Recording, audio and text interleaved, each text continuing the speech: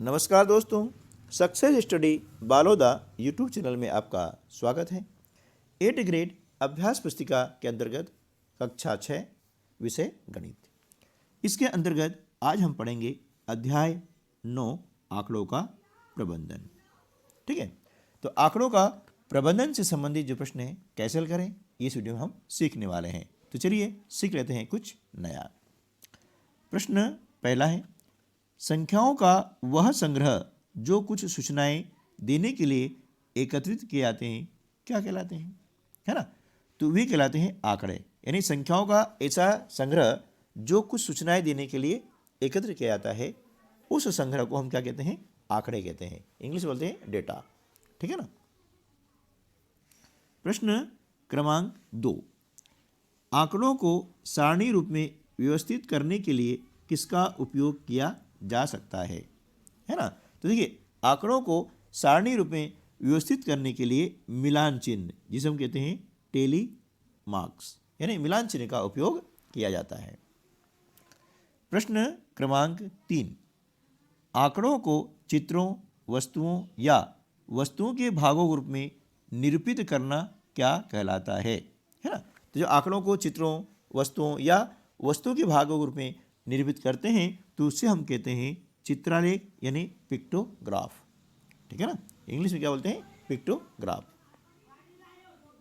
प्रश्न क्रमांक 4, यदि चित्र आप देख रहे हैं, ये चित्र है, बराबर 10 हो तो यहाँ पर आपको दिए गए 4 चित्र का मान क्या होगा। तो देखिए, यहाँ पर एक चित्र जो दिया गया है ये, और इसका मान कितना दिया गया है, 10 दिया गया है। ठीक है ना। तो यहाँ कितने चित्र हैं, 4 हैं। ये कितने हैं, 4 चित्र इस प्रकार से हैं। ठीक है ना। ये तो इसका मान क्या हो जाएगा, 4 गुणा 10 यानी 40। ठीक है, तो ये 4 चित्रों का मान जो है कितना हो जाएगा, 40 हो जाएगा। ये आपका आंसर हो जाएगा। ठीक है, चलिए अगला प्रश्न देख लेते हैं। प्रश्न क्रमांक 5, प्रातः 9 बजे से 10 बजे के बीच एक चौराहे से गुजरने वाले वाहनों की संख्या के लिए निम्नानुसार दंड आलेख प्रदर्शित किया गया है। इस दंड आलेख के लिए उचित पैमाना लिखिए, है ना। पैमाना यानी स्केल, ठीक है, जिसके द्वारा हम जो है किसी भी दंड आलेख का निर्माण करते हैं, उनको बनाते हैं। तो देखिए, यहाँ पर हम देख रहे हैं सिर्फ हमें यहाँ लिखना है पैमाना। तो पैमाना कैसे लिखेंगे इसको आप थोड़ा सा समझ लीजिएगा। देखिए, यहाँ पर 2 अक्ष हैं, ये यहाँ से यहाँ तक ये अक्ष कहलाता है एक्स अक्ष। क्या कहलाएगा, ये एक्स अक्ष कहलाता है ना। और ये जो एक ऊर्ध्वाधर है यानी खड़ा है, इसको बोलते हैं वाय अक्ष। क्या बोलते हैं, वाय अक्ष बोलते हैं। जहाँ पर दोनों अक्ष मिलते हैं ये यहाँ पर, इसे बोलते हैं मूल बिंदु, है ना, ये 0 होता है। ठीक है, अब इसके बाद क्या होता है कि जो ऊर्ध्वाधर लाइन खींची जाती है इसमें हम पैमाना मानते हैं, क्योंकि जैसे यहाँ दी गई है वाहनों की संख्या। ठीक है ना।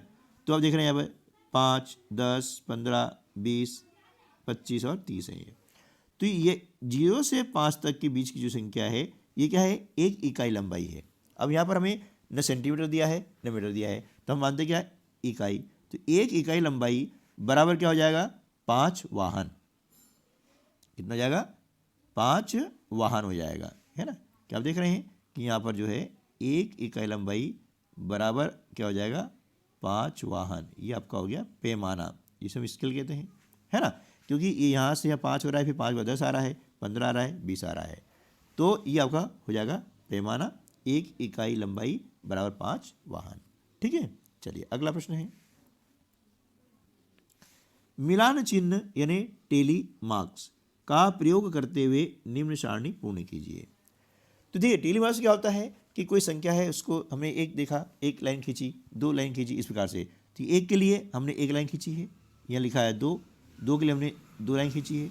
अब लिखा है 3, तो क्या करें हम 3 लाइन खींचेंगे, 1, 2 और ये 3, इस प्रकार से। ये कितना लिखा, 4, तो ये 4 खींचेंगे, 1, 2, 3 और ये 4। अब आगे कितना है, 5 है। तो देखिए 4 लाइन खींची है और 5वीं लाइन इस प्रकार से हो गई है, तो ये 5। ठीक है ना। अब फिर ये 6 है, तो 1, 2 3 4 और पांचवी लाइन ऐसे खींची जाती है और फिर हो गया 1 6, ठीक है ना। इसी प्रकार से 7, तो क्या करेंगे 1 2 3 4 और उसके बाद पांचवी लाइन हम काट देते हैं, ये 5 फिर 1 और 2, ये कितने हुए 5 और 2 7। इन्हें बोलते हैं टेली चिन्ह या मिलान चिन्ह, ठीक है ना। चलिए आगे चलते हैं। 7 के बाद में आता है 8, है ना। तो 8 के लिए वही है 1 2 3 4 और पांचवी इस प्रकार से, फिर 6 7 और 8, है ना। अब 9 खींचना है तो तरीका वही 1 2 3 4 और पांचवी इस प्रकार से, फिर 6 7 8 और ये 9, है ना। फिर क्या आ गया 10 आ गया, तो 1 2 3 4 और पांचवी हमने एक ही दी 5, फिर 6 7 8 9 और फिर ये 10वीं इस प्रकार से, ठीक है ना। तो इस प्रकार से जो है हम टेली चिन्ह खींच करके इसको बनाते हैं, ठीक है ना। चलिए अगला जो प्रश्न है हम देख लेते हैं। प्रश्न क्रमांक 7, निम्न दंड आलेख वर्ष 1998 से 2002 में व्यापारी द्वारा खरीदे गए गेहूं की मात्रा दर्शाता है। अभी आपको यहाँ दिया गया पैमाना 1 इकाई लंबाई बराबर 5000 टन। तो देखिए यहाँ पर अंतर आप देख रहे हैं कि ये 15,000 ये लिखा है गेहूं 1000 टन में, ये इतने 1000 टन है, 15 फिर 20 25 30 35, यानी यहाँ से यहाँ तक क्या हो गई 1 वर्ग इकाई हो गई है। इसका बराबर कितना हो रहा है 5000 टन हो रहा है, ठीक है ना। अब इसी प्रकार से यहाँ पर आपको ये पूरा दंड आलेख आपको दिया गया है ना। दंड आलेख के बीच की दूरी ये समान होती है, ये आपको ध्यान रखना है। ये दंड आलेख दिया गया है और ये देखा ना ये लंबाई इकाई, यानी यहाँ पर यहाँ से लगाकर ये 0 है और ये 5 आ गया, फिर 5 में 5 जोड़ा 10 आ गया, यानी ये कहलाएगी इकाई लंबाई, है ना। 5000 टन के बराबर है। इधर ये वर्ष हैं 1998 1999 2000 2001 और 2002। अब नीचे हमें क्या करना है कि दंड आलेख को पढ़ना है ना। और देखिए ये दंड आलेख अब देख लीजिएगा। अब थोड़ा सा हम समझ लेते हैं कि सन 1998 में, है ना, अब गेहूं का उत्पादन कितना हुआ है, तो हम देख रहे हैं ये 15 से थोड़ा कम है, यानी 14,000 टन। 1999 में देख रहे हैं कि यहाँ पर ये 25 के सामने आ रहा है लगभग, तो 25,000 टन मान लें, इसको 15 मान लेते हैं, लगभग में दिया गया है, यह पूर्णतः नाप नहीं है, इसको 20 मान लेते हैं, इसको 20 मान लेते हैं, ठीक है ना। और 2002 में 35, ठीक है ना। तो अब यहाँ पर ये देखना है प्रश्न क्या है कि किस वर्ष में गेहूं का अधिकतम उत्पादन हुआ। अधिकतम मतलब सबसे ज़्यादा।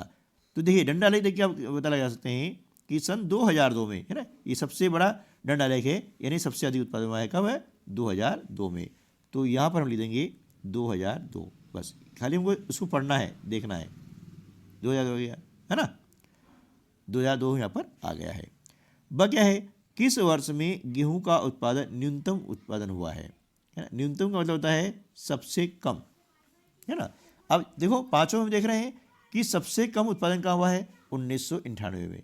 अब कितना हुआ वो नहीं पूछा गया है, तो ये छोटा है इसलिए हमें सबसे कम और ये सबसे अधिक हो गया है, यानी तो 1998 यहाँ पर आ जाएगा ब में। ब का उत्तर क्या आ जाएगा 1998, है ना। और अ का उत्तर क्या था 2002, यानी 2002 में गेहूं का अधिकतम उत्पादन हुआ। अधिकतम मतलब सबसे अधिक, और न्यूनतम का मतलब होता है सबसे कम, ठीक है ना। तो ये आपका उत्तर हो जाएगा। आगे चलते हैं। प्रश्न क्रमांक 8, किसी मोहल्ले के व्यक्तियों द्वारा पसंद किए गए फ्रिजों के रंगों की सूचना निम्न चित्रालेख द्वारा दर्शाई गई है। यहाँ रंग है और ये चित्र जो दिया गया है इस चित्र के बराबर हैं 10 व्यक्ति, ठीक है ना। तो नीला रंग पसंद करने वाले कितने व्यक्ति हैं, हम गिन लेंगे 1 2 3 4 5 6, यानी एक चिन्ह का मान कितना है 6, तो 10 है ना, 10 है तो 6 का मान कितना जाएगा 60 व्यक्ति, है ना। ये एक दिख रहा है चित्र आपको, इसका मान कितना है 10 है, तो ये 10 20 30 40 50 और 60 हो गया। इसी प्रकार से हरा रंग को पसंद करने वाले कितने लोग हैं, तो 10 20 30 40, ये 40 हो जाएंगे, ठीक है ना। लाल रंग को 10 20 30 40 50, यानी लाल रंग को पसंद करने वाले 50 व्यक्ति हैं। सफ़ेद तो 10 और 10 20, ठीक है, इस प्रकार से। अब ये हमने देखा, अब नीचे जो प्रश्न दिए गए हैं इसके हमें उत्तर लिखना होंगे कि नीले रंग को पसंद करने वाले व्यक्तियों की संख्या लिखिए। तो देखिए हमने यहाँ पर संख्या लिख दी है कि नीले रंग को 60 व्यक्तियों ने पसंद किया है। फिर अगला क्या है कि कितने व्यक्ति हरा रंग पसंद करते हैं। देखिए ये हरा रंग कितने पसंद कर रहे हैं, 10, 20, 30 और 40। तो हमने नीचे उत्तर लिख दिया ये 40, ठीक है ना, हमने ये लिखा 40, है ना। अब अगला तीसरा प्रश्न क्या है कि कौन सा रंग सबसे कम व्यक्ति पसंद करते हैं। तो देखिए अब सबसे कम कहाँ है, हम देख रहे हैं ये सफ़ेद रंग है ना, जिसे केवल 20 व्यक्ति पसंद करते हैं, ठीक है ना। तो यहाँ पर रंग पूछा गया है इसलिए हमने क्या लिख दिया, सफ़ेद रंग, ठीक है ना, ये हो गया होगा सफ़ेद रंग हो गया, ठीक है। चलिए अगला प्रश्न है प्रश्न क्रमांक 9। वर्ष 1998 से 2002 के बीच एक फैक्ट्री द्वारा निर्मित साइकिलों की संख्या निम्नानुसार आपको सारणी द्वारा दर्शाई गई है। ये वर्ष है 1998 में निर्मित साइकिलों की संख्या कितनी है, 800 है। 1999 में साइकिलों की संख्या है 600। 2000 में साइकिलों की संख्या कितनी है, 900 है। और 2001 में साइकिलों की संख्या कितनी है, 1100। और 2002 में है 1200, ठीक है ना। अब क्या करना है कि इन आंकड़ों को दंड आलेख द्वारा प्रदर्शित करना है। अभी तो हमने क्या किया था, दंड आलेखों को पढ़ना सीखा था, है ना, कि कैसे पढ़ते हैं, उनसे कैसे हम जानकारी प्राप्त करते हैं। अब हमें क्या करना है, दंड आलेख बनाना है और पैमाना अपनी पसंद का चुनना है। यानी यहाँ पर दिया नहीं पैमाना कितना है, इसलिए हम अपने पास जो उपलब्ध स्थान है, जो जगह है, उसके अनुसार हम हमारा पैमाना मान सकते हैं, ठीक है ना। उसके बाद में फिर ये जो प्रश्न दिए गए हैं इनके उत्तर भी हमको लिखना है, ठीक है ना। तो देखिए पैमाना हमने माना है, यहाँ पर कितना मान लें अपन पैमाना, देखिए कि हमने माना है 1 वर्ग इकाई बराबर, ये देख रहे हैं आप, 1 लंबाई, है ना, ये लंबाई आपको मानी है, इकाई लंबाई। तो हमने क्या करा, 1 इकाई लंबाई बराबर, है ना, ये कहेंगे कहलाएगी इकाई लंबाई, ठीक है, इकाई लंबाई बराबर। अब यहाँ से कितना है, 200, देखो 200, 400, 600, यानी इसके बीच का अंतर कितना हो रहा है, 200 साइकिल। यानी ये हमारा पैमाना हो गया है कि 1 इकाई लंबाई बराबर 200 साइकिल, ठीक है, ये हो गया हमारा पैमाना। और इस पैमाने के अनुसार हमने लिखा यहाँ 200 लिखा, फिर 200 जोड़ा 400, 600, 800, 1000, 1200, ठीक है ना। और जितनी संख्या दी गई है, देखिए 1998 में कितनी है, 1998 में कितनी है, 800 है। तो हमने क्या किया यहाँ पर कि 800 तक इस दंड आलेख को बना दिया है। ये दिख रहा है अभी, ये जो है कहाँ तक बनाया हमने, ये 800 से बनाया हुआ है इस प्रकार से, है ना। और इनके बीच की जगह आपको बिल्कुल समान छोड़नी है, दूर दूर बनाना है इनको, ये दंड आलेख कहलाते हैं, है ना। अब इसी प्रकार से 1999 में कितनी साइकिल हैं, देखिए 1999 में कितनी साइकिल है, 600 हैं, है ना। तो हमने क्या किया कि यहाँ पर ये जो दंड आलेख है बार है, इसको हमने 600 तक खींच दिया, ये है ना, ये 600, इसके सहायता से हम यहाँ तक इसको खींच लेंगे। इसी प्रकार से सन 2000 में 900 साइकिलें हैं, तो ये 800 और ये 1000, इसकी जाता है 900, तो ये 900 के जो है संगत हमने यहाँ पर एक दंड आलेख बनाया है। 2001 में 1100, ये दोनों बीच में है, तो देखिए ये 1100। और सन 2002 में साइकिल संख्या कितनी है, 1200 है, तो हमने ये 1200 तक बनाया है, ठीक है ना। ये हमारे कहलाते हैं दंड आलेख। अब जो प्रश्न पूछे गए हैं, क्या प्रश्न पूछे गए हैं उनको देख लेते हैं। प्रश्नों का उत्तर हम दे लेते हैं। प्रश्न पहला क्या है, किस वर्ष में अधिकतम संख्या में साइकिलें निर्मित की गई है ना। तो हमें क्या लिखना है, वर्ष का नाम लिखना है। देखें कि अधिकतम संख्या कहाँ पर है, ये 1200 है, और यह उत्पादित की गई है 2002 में, तो यहाँ पर क्या आ जाएगा, 2002, हमें वर्ष लिखना है ना, ये लिखा है किस वर्ष में। इसी प्रकार से किस वर्ष में न्यूनतम संख्या में साइकिलें निर्मित की गई, तो सबसे कम, न्यूनतम यानी सबसे कम, तो सबसे कम साइकिल कहाँ पर है ना, 1999 में है, तो यहाँ पर लिख देंगे 1999, यानी 1999 में सबसे कम साइकिलें निर्मित की गई, कितनी? 600। अब यहाँ हमें से वर्ष पूछा है, इसलिए हमने क्या लिखा, यहाँ पर सिर्फ वर्ष लिखा है ना।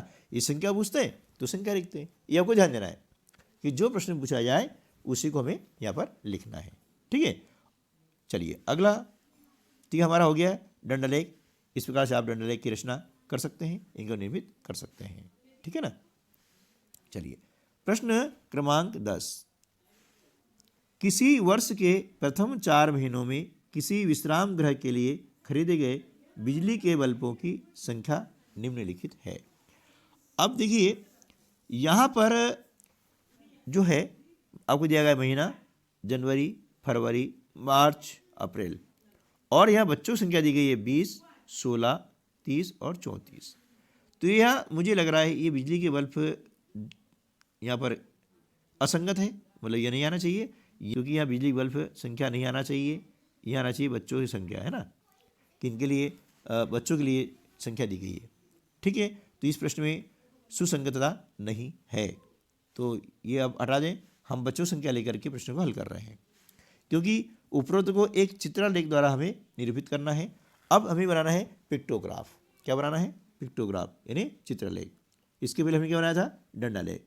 तो देखिए इस प्रकार से हमने एक चित्र बनाया हुआ है, और इस चित्र का मान क्या दिया है कि ये 5 विद्यार्थियों को निरूपित करता है, यानी बच्चों की संख्या कितनी है? 5 है।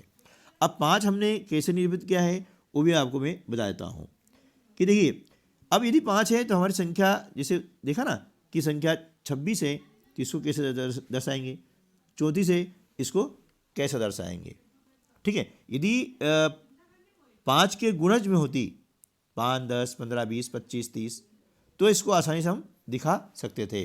तो इसके लिए हमने क्या माना है वो आपको मैं बता देता हूँ कि देखिए ये इस प्रकार से चित्र बनाया हमने 1 के लिए, ठीक है, फिर ये 2, ये 3, फिर ये 4 और ये 5, ठीक है ना। तो समझ आपको आ रहा ना, इस प्रकार से हमने इसको बनाया है। तो जनवरी में बच्चों संख्या बताई गई हमें 20, तो हमने क्या करा, यहाँ 1, 2, 3 और 4 इस प्रकार के हमने संकेत बनाए हैं, चित्र बनाए हैं, क्योंकि 1 का मान 5 है तो 5, 5, 10, 15 और 20 हो गए ना। अब अगले में फरवरी में कितना है? 26 है, ये आपको ध्यान रखना है। तो 25 और 26 होता है, देखिए 5, 10, 15, 20, 25। अब 1 के लिए अभी आपको बताया था कि 1 के लिए हमने इस संकेत का उपयोग किया है, तो 25 और 1 क्या हो गया? 26, ये हमने लिखा 1, ठीक है ना। 1 के लिए संकेत इसका उपयोग किया है। अब इसी प्रकार से आगे चलते हैं, तो मार्च महीने में संख्या कितनी है? 30 है, तो ये तो ईजी हो गया है, क्योंकि एक जो हमारा संकेत है, एक हमने जो चित्र बनाया हुआ है, यह चित्र 5 विद्यार्थियों को दर्शाता है, यानी मार्च में हो जाएगा कितना? ये 5, 5, 10, 15, 20, 25 और ये 30, ठीक है ना। तो इस प्रकार से जो है यहाँ पर दर्शा सकते हैं। अब उसके बाद में आता है अप्रैल में कितना है? 34। अब 4 को कैसे दर्शाया हमने वो देख लीजिएगा। तो देखिए ये 5 हो गया, 10, 15, 20, 25, 30 हो गया। अब 4 के लिए हमने क्या किया? देखिए एक हमने नीचे जो संकेत है वो कम कर दिया है, यानी यहाँ पर इस प्रकार बनाया हमने, इसको इस प्रकार बनाया, कैसे देख लें। ये हमने बनाया 1 के लिए, ये 2, ये 3 और ये 4, ठीक है ना। तो कितना हो गया यहाँ पर? अप्रैल में हो गया ये 34 हो गया, ठीक है दोस्तों। तो चित्र में जो है पूर्णांक में रहता है, गुणज में रहता है, तो दर्शाना आसान होता है, लेकिन कम अधिक होता है तो आपको उसके लिए एक लॉजिक बनाना पड़ेगा। तो इसलिए इसका उपयोग बहुत ही कम होता है और ज़्यादातर होता है पूर्णांक के लिए होता है, यानी मतलब गुणज में आता है 10, 15, 20, 25, 30 इस प्रकार से, है ना। ये आपको ध्यान रखना है। तो उम्मीद है कि वीडियो आपके लिए काफ़ी हेल्पफुल रहा होगा। यदि हेल्पफुल रहा है तो वीडियो को लाइक जरूर कीजिएगा, और चैनल पर पहली बार आ रहे हैं तो इसे सब्सक्राइब कीजिएगा, क्योंकि मैं ऐसे ही हेल्पफुल वीडियो आपके लिए लाता रहता हूँ। मिलते हैं अगले वीडियो में, तब तक के लिए नमस्कार, जय हिंद।